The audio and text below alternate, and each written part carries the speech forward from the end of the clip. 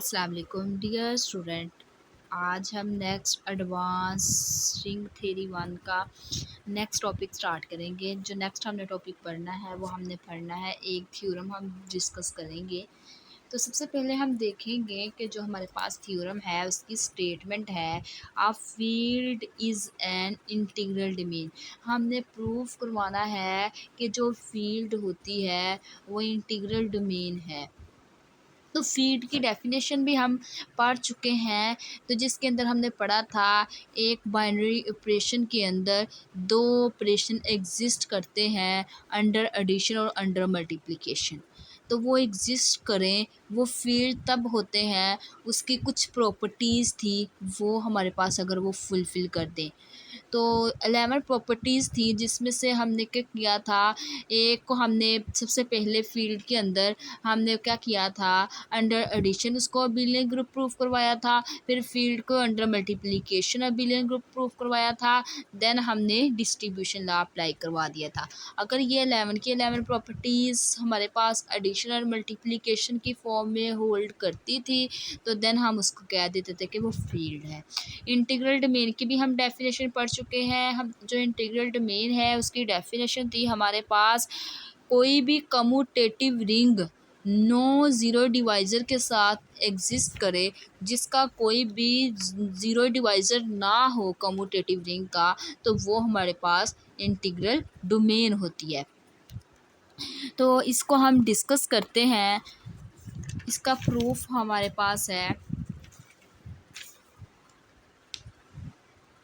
Proof में हमने सबसे पहले सपोज कर लिया है, हमने कहा कि let capital F be a field. Then हमने लेट कर लिया कि जो कैपिटल एफ है ये हमारे पास फील्ड है, और साथ साथ अगर हमारे पास फील्ड है तो वो हमारे पास क्या है, एफ कम्यूटेटिव रिंग भी है। क्योंकि हमें पता है कि जो फील्ड है उसको प्रूफ करवाना है क्या है, वो इंटीग्रल डोमेन है। तो इंटीग्रल डोमेन की डेफिनेशन हमारे पास क्या है, कम्यूटेटिव रिंग। अगर एफ हमारे पास फील्ड है तो एफ हमारे पास हमने क्या कह दिया कि वो कम्यूटेटिव रिंग भी है। अगर वो कम्यूटेटिव रिंग भी है तो देन हमने ये क्या किया है, ये फार्मूला लिखा है a dot b equal to zero. हमने ये लेट कर लिया है कि दो non zero number equal zero के हैं। ये भी हमारे पास बेसिकली फील्ड के अंदर से ही हमने दो एलिमेंट्स लिए हैं। तो देन हमने शो करवाना है, जो हमारे पास हमने इंटीग्रल डोमेन की डेफिनेशन पढ़ी थी वो हमने यही पढ़ी थी, या एक एलिमेंट ज़ीरो हो दूसरा एलिमेंट नॉन ज़ीरो हो, इनकी प्रोडक्ट लें आने वाला आंसर ज़ीरो हो। इसी तरह या ए को इक्वल ज़ीरो के रख लें या बी को इक्वल ज़ीरो के रख लें तो उनका डॉट प्रोडक्ट इक्वल ज़ीरो के आ जाए। तो अब हमारे पास यहाँ पे ए और बी है, हमने इंटीग्रल बनाना है, किसी फील्ड के अंदर से दो एलिमेंट लिए हैं उसको इंटीग्रल डोमेन बनाना है। तो इंटीग्रल डोमेन बनाने के लिए हमें क्या करना पड़ेगा, दोनों एलिमेंट से एक एलिमेंट्स ज़ीरो रखना पड़ेगा और एक एलिमेंट्स को हमें सपोज करना पड़ेगा कि वो हमारे पास क्या है, नॉन ज़ीरो है। तो ये डेफिनेशन इंटीग्रल डोमेन है, उसके अकॉर्डिंग हमने क्या किया, हमने कहा कि we will show that either.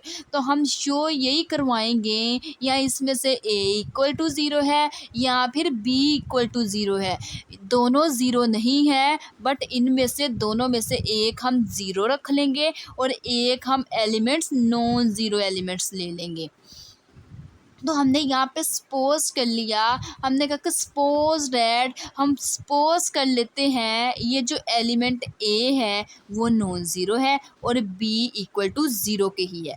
तो अगर ये हमारे पास एलिमेंट नॉन ज़ीरो है तो देन हमने कहा कि एक एलिमेंट अगर कोई भी चीज़ तो हमने कहा कि अगर हमारे पास एक एलिमेंट नॉन ज़ीरो है तो उसी एलिमेंट का इन्वर्स भी एग्जिस्ट करेगा। तो जैसा कि हमने एलिमेंट एक ले लिया, इन दोनों में से एक एलिमेंट को हमने कह दिया कि वो नॉन ज़ीरो है, वो एलिमेंट हमने कहा कि जो ए है वो नॉन ज़ीरो है, तो इट्स मीन ए का इन्वर्स भी एग्जिस्ट करेगा। अभी ये जो ए का इन्वर्स एग्जिस्ट करेगा, यहाँ पे हमने ये फार्मूला सपोज किया था a b equal to zero.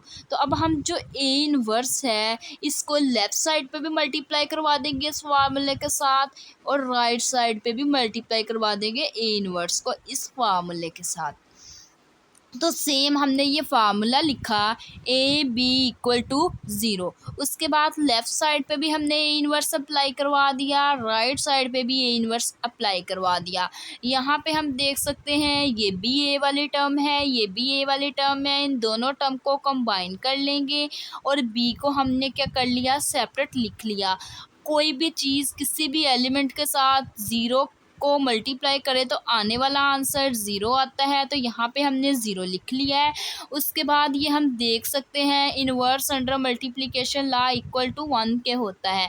अगर नहीं भी तो यहाँ पे आप लोग देख सकते हो ये हमारे पास माइनस का 1 है, अगर इसकी पावर लिखे तो वो क्या है, प्लस का 1 आएगा।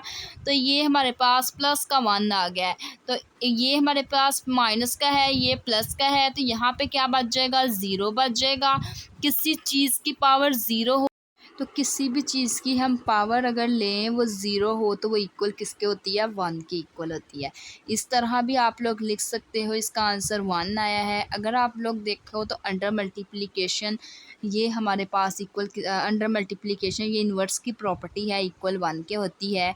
तो इस टर्म की जगह आप लोग क्या पुट कर दोगे, 1 पुट कर दोगे। तो हमने इस टर्म की जगह अगर हम 1 पुट कर दें तो ये 1 डॉट बी इक्वल किसके आ जाएगा, बी के इक्वल आ जाएगा। तो बी इक्वल हमारे पास बेसिकली किसके आ गया, ज़ीरो की। तो यहाँ पे ये चीज़ हमारे पास प्रूफ होगी। एक एलिमेंट हमने नॉन ज़ीरो लिया है, नॉन ज़ीरो एलिमेंट लेने के बाद जो दूसरा एलिमेंट आया है वो हमारे पास क्या आया है, ज़ीरो आया है। तो बेसिकली इंटीग्रल डोमेन जो है उसकी डेफिनेशन हमारे पास यही तो है, एक एलिमेंट ज़ीरो हो, एक एलिमेंट नॉन ज़ीरो हो, दोनों एलिमेंट की प्रोडक्ट ले आने वाला आंसर ज़ीरो आ जाए। तो ये हमारे पास क्या कर गया है, इंटीग्रल डोमेन की प्रॉपर्टी को होल्ड कर गया है। एक नॉन ज़ीरो एलिमेंट है, एक एलिमेंट ज़ीरो है, देन इनकी प्रोडक्ट इक्वल किसके होगी, ज़ीरो की होगी। तो यही चीज़ हमने प्रूफ करवानी थी, ये प्रूफ हो गई, which show that F is an integral domain. तो ये हमारे पास शो हो गया कि जो फील्ड होती है वो हमारे पास इंटीग्रल डोमेन भी होती है।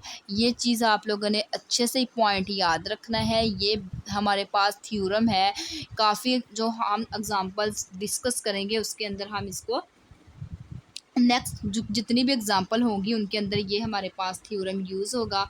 ये था आज का हमारा वीडियो लेक्चर। अगर आप लोगों को मेरा आज का वीडियो लेक्चर पसंद आए तो मेरे चैनल को सब्सक्राइब, मेरी वीडियो को लाइक और शेयर ज़रूर करें।